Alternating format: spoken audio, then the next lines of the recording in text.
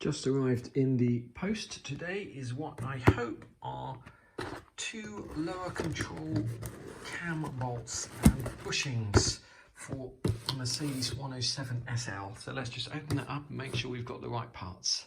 We're going to be refurbing all of the suspension, the springs, the lower control arms, the subframe, and replacing all the bushings. And the cheapest place I found to buy the lower control arm cam bolts was Mr. Auto. We always try and get Febby parts. You can get male parts or MEYLE parts, which can often be cheaper, but these are the ones that Mercedes or the SL shop tend to supply. And these were £22 per set, so £22 and £22. These cam bolts here basically attach the lower control arm, that's this thing here, to the subframe. And getting them off can be a bit of a nightmare, to say the least. And I'm going to go down to the garage in a minute and show you what getting a set of cam bolts out can actually entail. So the thing about cam bolts is, you'll notice, is they have like an oval shaped washer on them. The washer's fixed to the head, and as you rotate this will slide backwards and forwards and actually change the camber on the wheels. So they have one fixed bolt and one washer that slides down a groove, and when you take your cam bolts off, you should mark on the subframe where the groove is so that you can put them back in exactly the same place and then tighten them up. And if you ever, when you take your car to get the wheels aligned, the alignment shop will be turning this part of the cam bolt here to move this back and forwards. When you put it back together, you'll just be tightening that bolt up there and holding that in place. Now, the first thing to say is, when you look at the front of a car, the rear cam bolt is often much easier to get out than the front cam bolt because it tends to get less weathered. So that one you can often just knock straight out, whereas this one you might find is rusted solid in the bushings. Now, these are the bushings here. These are new bushings. This subframe, this is a refurbished subframe but it still has the old bushings and the old ball joint in. But when you buy the cam bolts, you usually buy a set of cam bolts and bushings, and these are the bushings here. What happens over time is that this bolt here will rust and meld itself to that bushing, and you will find it's almost impossible to get it out. And you'll know whether it's melded or not because once you've got the nut off, probably with a breaker bar, if you put a breaker bar on this bolt here and you turn it, and you see that these rubber bushings are turning as well, because obviously the bolts turn freely without the bushings moving. If you're seeing that that rubber bushing is turning, then it's almost certain that your bolt is melded or rusted solid onto the metal of the bushing. And if that's the case, you will find it very difficult to get that bolt out. There's a few options. One is to cut through the bolt here and here, either with a hacksaw or, if you're very careful, with a angle grinder, metal cutting disc. And these bolts are hardened, so with a hacksaw it's going to take you some time. And I'm going to show you, or try and show you, a different method of getting a stuck cam bolt out from a Mercedes, a 107 shaped Mercedes. Just before I do, I just want to share a little story with you. These refurbished lower control arms were bought by a friend of mine who was doing some work on a late SL, I think a 1986 or 89 SL, and he ordered these from Germany. They were about £66 each in this state. And what he didn't realise is that the later 107 SLs have a different control arm and a different ball joint on them. So these control arms won't fit the later SLs. I'm not sure when the cut-off date was. I think it was about 86, but it could be 89. But if you call up Mercedes with your registration number, I'm sure they'll be able to tell you that. The other thing to note is that when you buy refurbished control arms, you may well find that they are not. I don't know if you can see that. But these shouldn't wobble about like that. It basically means that a slight bend in that control arm The other thing to notice is that the ball joints on the later SLs were different. So this is an earlier SL, and the SL that we're going to look at in a minute is a 1983, and it has the same setup as this, which has a nut on it and a ball joint. The earlier SLs, sorry, the later SLs, the ball joint looks different. It doesn't have a nut on it, it has that groove on it. So if you are doing suspension work or this kind of work on your SL, just make sure you get the right parts for your actual car. Okay, so let's get down to the garage and see if we can get these cam bolts out. To do that, you can buy these bushings separately like that, and if the part number, if you buy the bushings separately, is 01683, and I'm pretty certain the bushings for the earlier and later SLs are all the same, and you're going to need 4 per control arm, 2, 8 in total. Why you'd buy the bushings separately, I don't know, because the chance of you getting the cam bolts out without any damage is quite slim, and you're much better off, and it's generally cheaper, buying a kit which has the cam bolts and the bushings in it, and the part number for that is 01692. To go down to the garage, I'm going to return these to my friend. I think it's worth mentioning that if you are refurbing your lower control arms, repainting them, etc., don't just slap on a cheap coat of primer or rust encapsulator and expect that to last any length of time. You can see these here have already got scratches all over them, and those scratches are just going to turn into rust. So what you need to do is use a proper epoxy primer on the bare metal, and then cover it with something like hammerite or a specialist metal paint to actually protect it and harden it, because this part of the car gets a lot of stones thrown up it, etc. So we're down at the garage, and you will often find that this back cam bolt comes out an awful lot easier than the front cam bolt, and that's because the front cam bolt gets the majority of splashing of water, especially if you live in country like England, salt, when there's salt on the roads, etc. Once you have taken the sway bar link out and also the shock absorber out, this upper control arm will drop down until it touches this part of the subframe here. Okay, so that's not enough to get the spring out. So what we're going to do now is, but it is enough to allow you to move this jack, because this isn't going anywhere.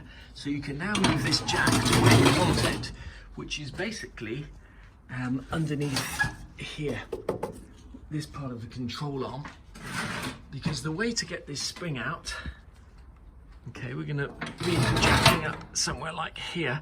The way to get this spring out is to actually undo these cam nuts and tap out the cam bolts. But if you don't have a jack underneath here when you do it, this lower control arm will become down with some force as that spring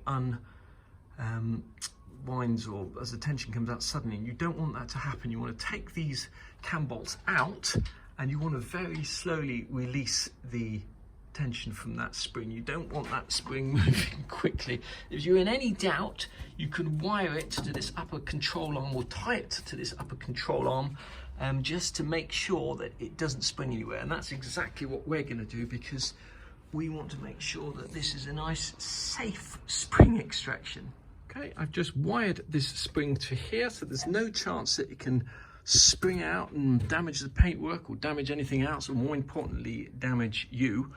Next thing we're going to do is undo these cam nuts here. We've already ascertained we've broken them with a breaker bar before we jack the car up, and so we know we can get them both out. Then we're going to try and tap the actual cam bolts out. Now this next part is very important. Whenever you're doing any front suspension work or this kind of work, you're going to have to take the car in and get the wheels aligned.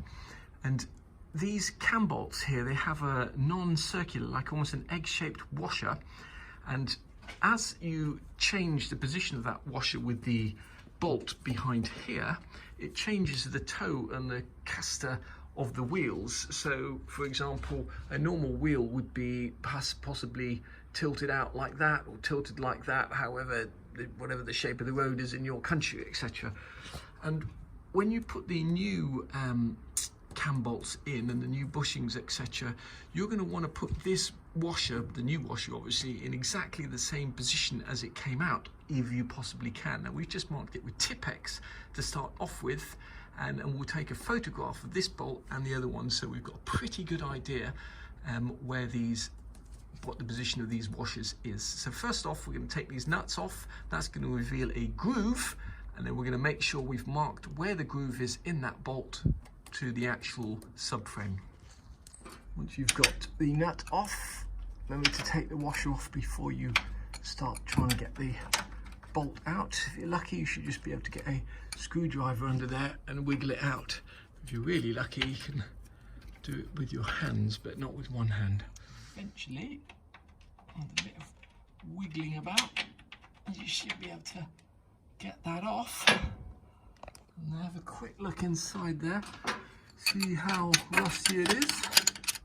We're going to make a note on the actual subframe exactly how these line up. There, and that same on the other side.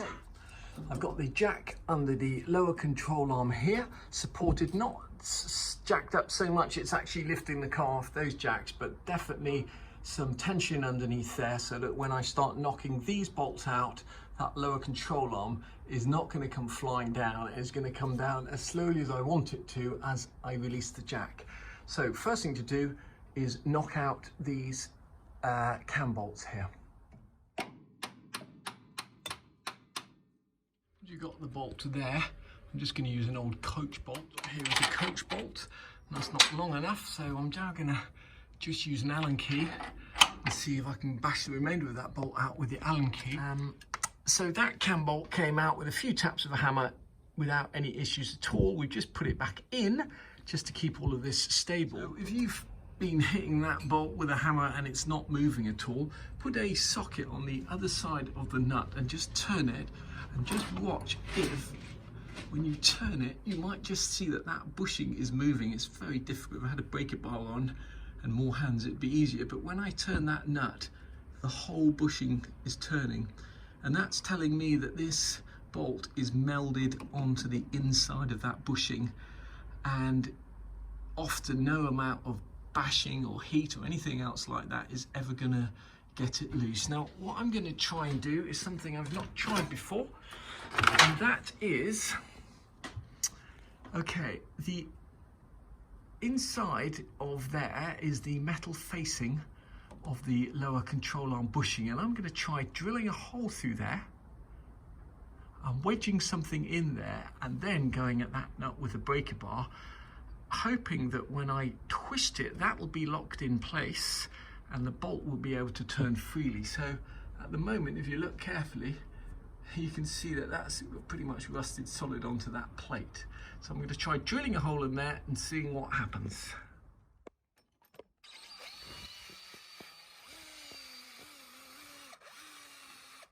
Okay, I've drilled a hole through that outer casing of the bushing, and I'm now going to jam an Allen key or a nail or a screw or something in there. So when I turn the bolt now, the subframe is going to stop the bushing turning, and maybe, just maybe, I'll be able to break it free. Let's have a go.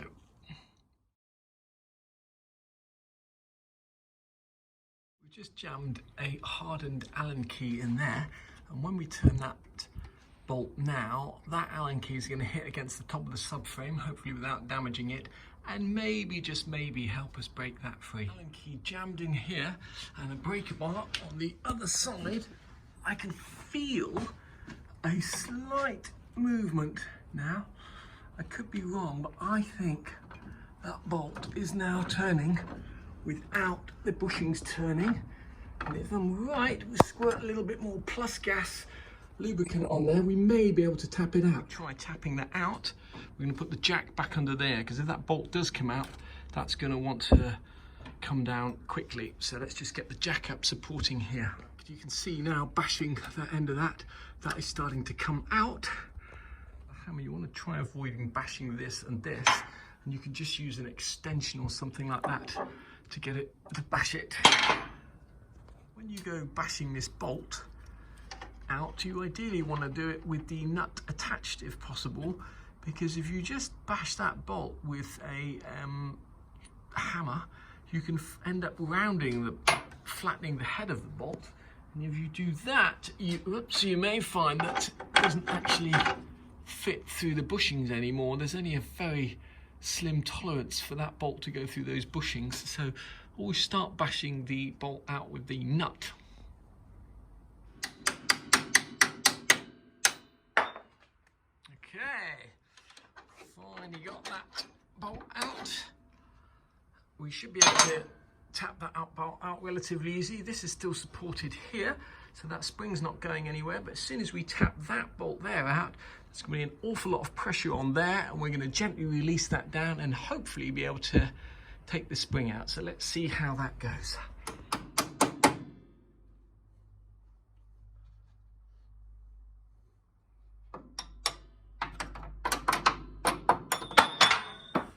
Okay, we're going to very carefully let this jack down. You can see that the jack there is supporting the rear of that lower control arm. Very carefully let it down, and that spring hopefully will come out, not shoot out, but come out gently.